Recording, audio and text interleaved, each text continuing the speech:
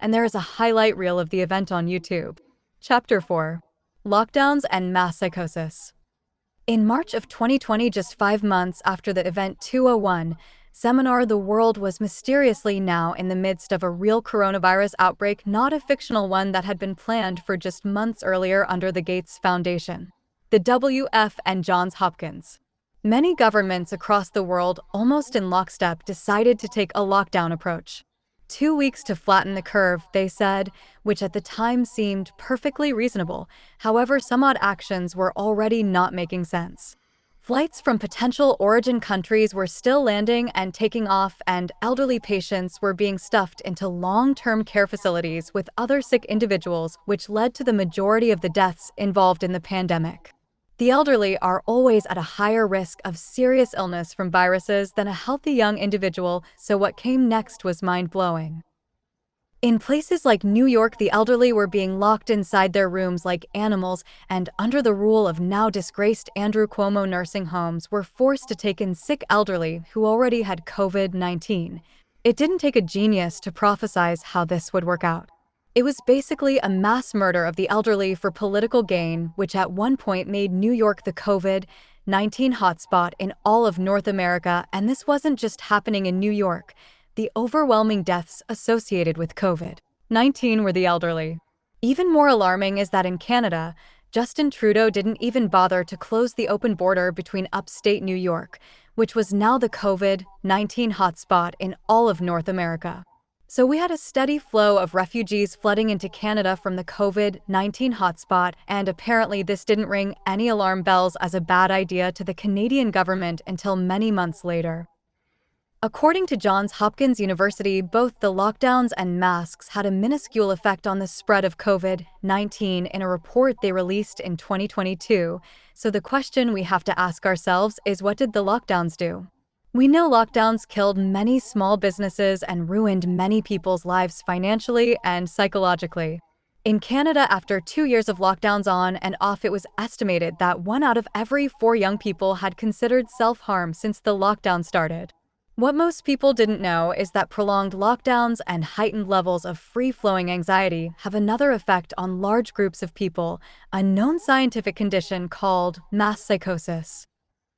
Mass psychosis happens when people are isolated and fed a stream of fear and anxiety, and with today's news channels and internet websites being controlled by a very small group of people, there was a very controlled narrative of what was the science about COVID-19, and anyone who disagreed was promptly removed, as we saw on numerous sites, including Twitter.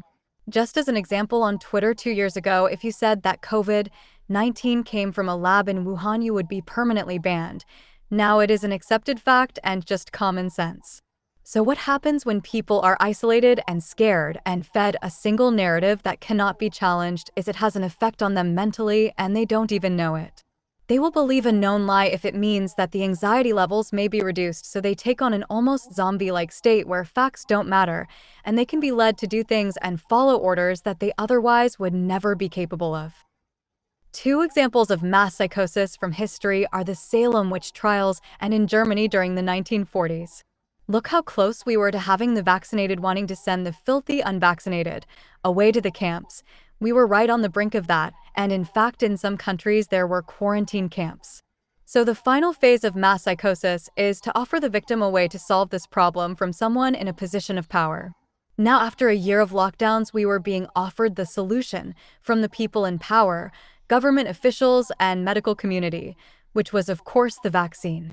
Everywhere you went, you were told, if we all just get the vaccine, we will all be safe, and this is all over, and we can all go back to normal. People lined up without even considering there was no long-term side effects known, and that this new vaccine was a whole new technology that broke rules on human testing from both the Geneva Convention and the Nuremberg Code, which were written and agreed upon to avoid human experimentation similar to that which went on during World War II.